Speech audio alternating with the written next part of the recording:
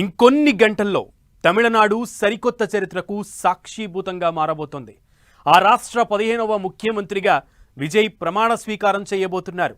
అంచనాలను తలకిందులు చేస్తూ దెబ్బ అదుర్స్ కదా అంటూ ప్రత్యర్థికి సవాల్ విసురుతూ గ్రాండ్ విక్టరీ కొట్టిన విజయ్కి అసలైన పరీక్ష ఇప్పుడే మొదలు కాబోతుందా? సీఎం హోదాలో అటు ఆర్థిక పరంగా ఇటు రాజకీయంగా ఎదుర్కాబోయే సవాళ్లేంటి?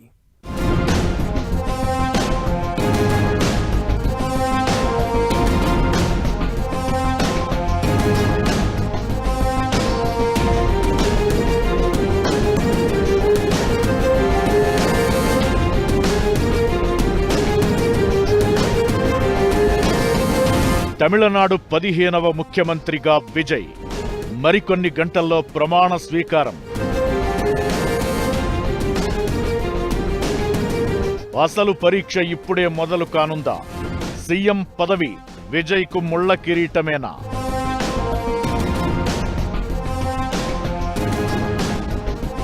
రాజకీయంగా ఎదురుకాబోయే సవాళ్లేంటి? సీఎంగా విజయ్ ముందున్న ఛాలెంజెస్ ఏంటి? గెలుపును మాత్రమే కాదు, ఆ గెలుపునకు కారణమైన నమ్మకాన్ని నిలబెట్టుకోవడమే కీలకం. రాజకీయ పార్టీలు అనుసరించాల్సిన మార్గమిది.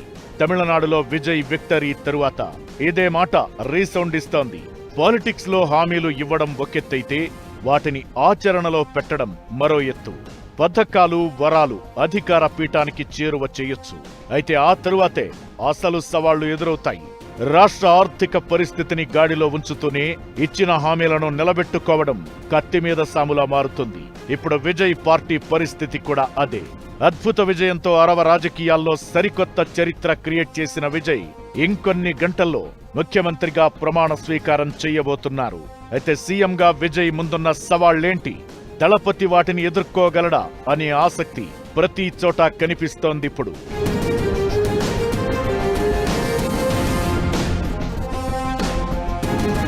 కొత్త ప్రభుత్వాన్ని ఏర్పాటు చేసేందుకు టీవీకే సిద్ధమవుతున్న తరుణంలో ఆ పార్టీ మేనిఫెస్టోలో హామీలపై రాష్ట్ర ఆర్థిక వర్గాల్లో చర్చ జరుగుతోంది. విజయ్ ప్రకటించిన పథకాలను అమలు చేయాలంటే రాష్ట్ర ఖజానాపై ఏడాదికి దాదాపు 92,000 కోట్ల అదనపు భారం పడుతుందని అంచనా. ఇప్పటికే ఉన్న అప్పులు, పాలనాపరమైన ఖర్చులకు తోడు ఈ భారీ మొత్తం కొత్త ప్రభుత్వానికి పరీక్షగా మారనుంది. సంక్షేమమే ధ్యేయంగా సాగే ఈ ప్రయాణంలో నిధుల సమీకరణ ఎలా ఉండబోతోందన్నది $1 మిలియన్ ప్రశ్నగా మారింది. మహిళలు, వృద్ధులు, రైతులను ఆకట్టుకునేలా ఎన్నికల ప్రచారంలో విజయ్ చాలా హామీలు గుప్పించారు. ఇవన్నీ ఆయన పార్టీ గెలుపులో కీలక పాత్ర పోషించాయి. సామాన్య జనాలు ఈ పథకాల కోసం ఆసక్తిగా వెయిట్ చేస్తున్నారు. సీఎంగా ప్రమాణ స్వీకారం చేసిన వెంటనే వీటిలో వేటికి మొదటి ప్రాధాన్యత ఇస్తారనేది తమిళనాడులో చర్చ జరుగుతోంది.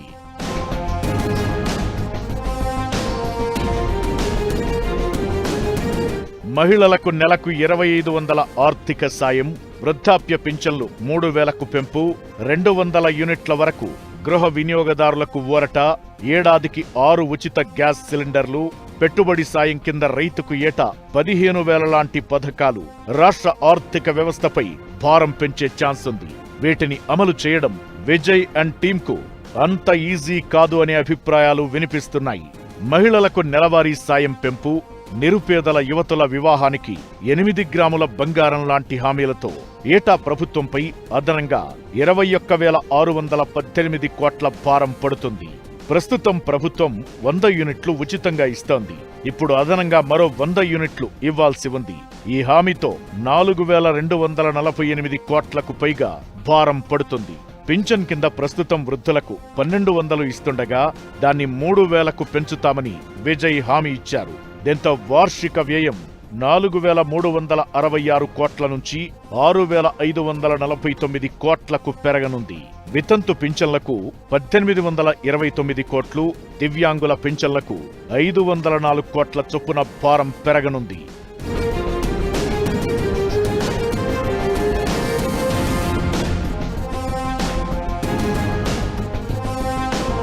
ఏటా 6 గ్యాస్ సిలిండర్లు ఉచితం అనే హామీతో 7,074 కోట్లు, రైతులకు ఏడాదికి పెట్టుబడి సాయం పెంపు హామీతో 1941 కోట్లు, ప్రతి కుటుంబానికి 25 లక్షల ఆరోగ్య బీమాతో అదనంగా 382 కోట్లు అదనపు వ్యయమవుతుంది.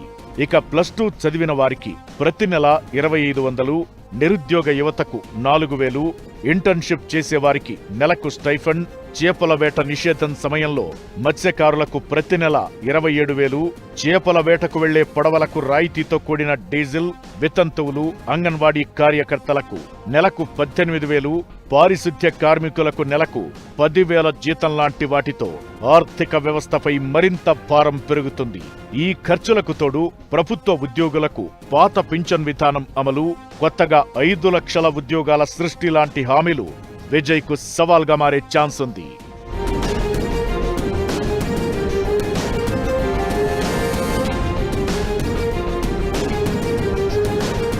దేశ సగటు సామాజిక వ్యయం 42%గా ఉంటే తమిళనాడులో ఇది 2025-26 బడ్జెట్లో అంచనాల ప్రకారం 34%కి పడిపోయింది.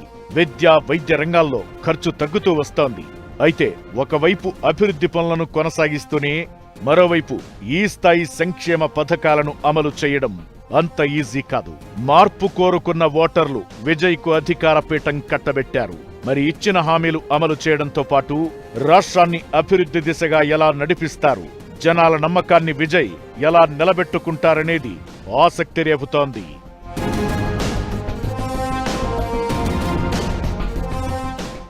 విజయ్ ముఖ్యమంత్రి కాబోతున్న తమిళనాడులో ఉండబోయేది హంగ్ ప్రభుత్వమే.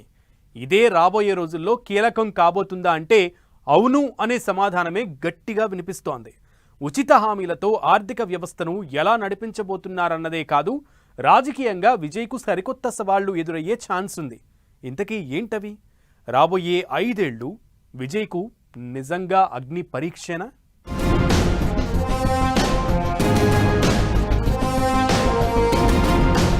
తమిళనాడులో హంగ్, మరి వాట్ నెక్స్ట్? రాజకీయంగా విజయ్కు సవాళ్లు తప్పవా? రాబోయే 5 ఏళ్లు విజయ్కు అగ్ని పరీక్షేనా? విజయ్ను వెంటాడబోయే ముప్పు ఏంటి? విజయ్ పాలన అసలు ఎలా ఉండబోతోంది?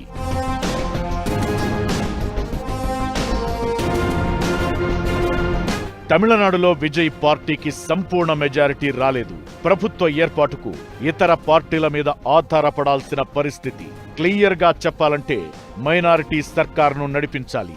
ఇదే ఇప్పుడు రాజకీయంగా విజయ్కు అతిపెద్ద సవాల్గా మారే అవకాశాలు కనిపిస్తున్నాయి. తమిళనాడులో మొత్తం 234 అసెంబ్లీ సీట్లు ఉండగా మెజారిటీకి 118 స్థానాలు అవసరం.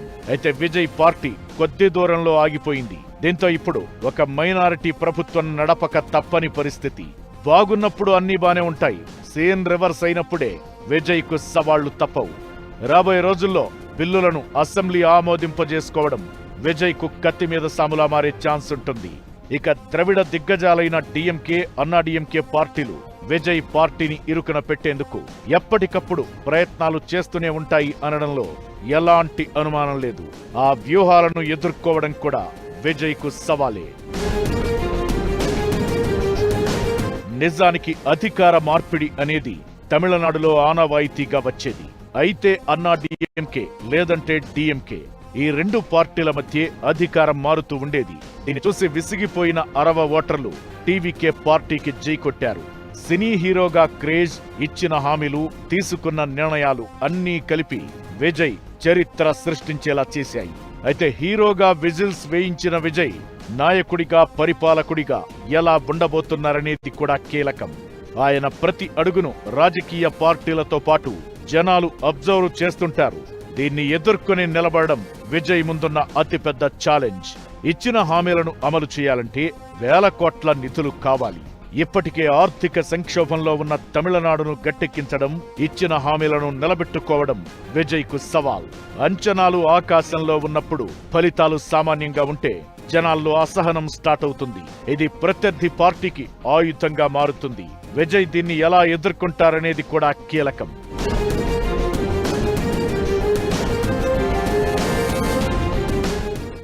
పరిపాలన సరైన పరిపాలన ఇచ్చి, లా అండ్ ఆర్డర్ ఇచ్చి, ఎమ్మెల్యేల ప్రవర్తన బాగా చూసుకుని అధికార పొగరు లేకుండా చూసుకుని సురక్షత, సెక్యూరిటీ, పోలీస్ డిపార్ట్మెంట్తో ఎఫిషియెంట్గా చేస్తే హామీలు ఇచ్చినా ఇవ్వకపోయినా పెద్ద ఇబ్బంది ఉండదు. కొన్ని హామీలు ముఖ్యమైనవి తీర్చేస్తే అది సరిపడుతుంది. అందువల్ల ఎదురు చూసేది ఏంటంటే పరిపాలన మీద ఫోకస్ అవుతాడు, హామీలు అంత ముఖ్యం కాదు. విజయ్ ప్రభుత్వం ఆశించిన స్థాయిలో రాణించలేకపోతే కేంద్రం ప్రతిపాదిస్తున్న జమిలి ఎన్నికల అంశం ఆయనకు శాపంగా మారే అవకాశముంది. 2029 లోక్సభ ఎన్నికలతో పాటు అసెంబ్లీ ఎన్నికలు వచ్చేలా ద్రవిడ పార్టీలు పావులు కదిపితే విజయ్ తన 5 ఏళ్ల కాలాన్ని పూర్తి చేసుకోలేకపోవచ్చు. ఇకటు విజయ్కి ఉన్న అతిపెద్ద శత్రువు విపక్షాలు కాదు, ఇప్పుడు ఆయన మీద జనాల్లో ఉన్న అంచనాలే. ఎంజీఆర్, జయలలిత స్థాయి మ్యాజిక్ ను విజయ్ నుంచి ఆశిస్తున్నారు అరవజనం. పరిపాలనలో ఏమాత్రం అటు ఇటు అయినా సినిమాలు వేరు, రాజకీయాలు వేరు అనే ముద్ర ఆయనపై బలంగా పడిపోతుంది. ఒక్కసారి జనాల్లో ప్రతికూల అభిప్రాయం మొదలైతే దాన్ని మళ్లీ మార్చడం అసాధ్యం. అప్పుడు ద్రవిడ పార్టీలు తమదైన రాజకీయం మొదలుపెట్టి మళ్లీ రాష్ట్రాన్ని తమ గుప్పెట్లోకి తెచ్చుకుంటాయి.